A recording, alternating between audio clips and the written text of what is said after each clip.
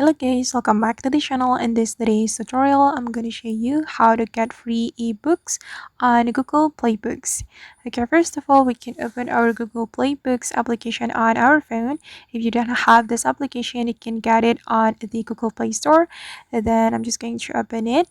And if you want to get the free ebooks, you can go to the shop option. Then here you can tap on the free option right here.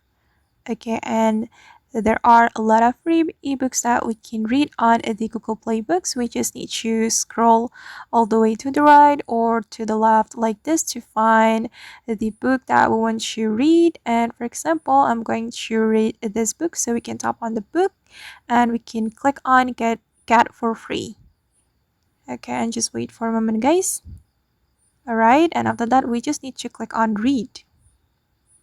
Okay, and we can click on download now to download this book, just in case if you want to read this book offline.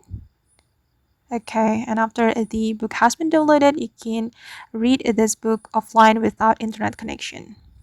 Alright guys, and that's how we can get free ebook on Google Play Books. I hope this tutorial will be useful for you. Thank you so much for watching and see you in the next video.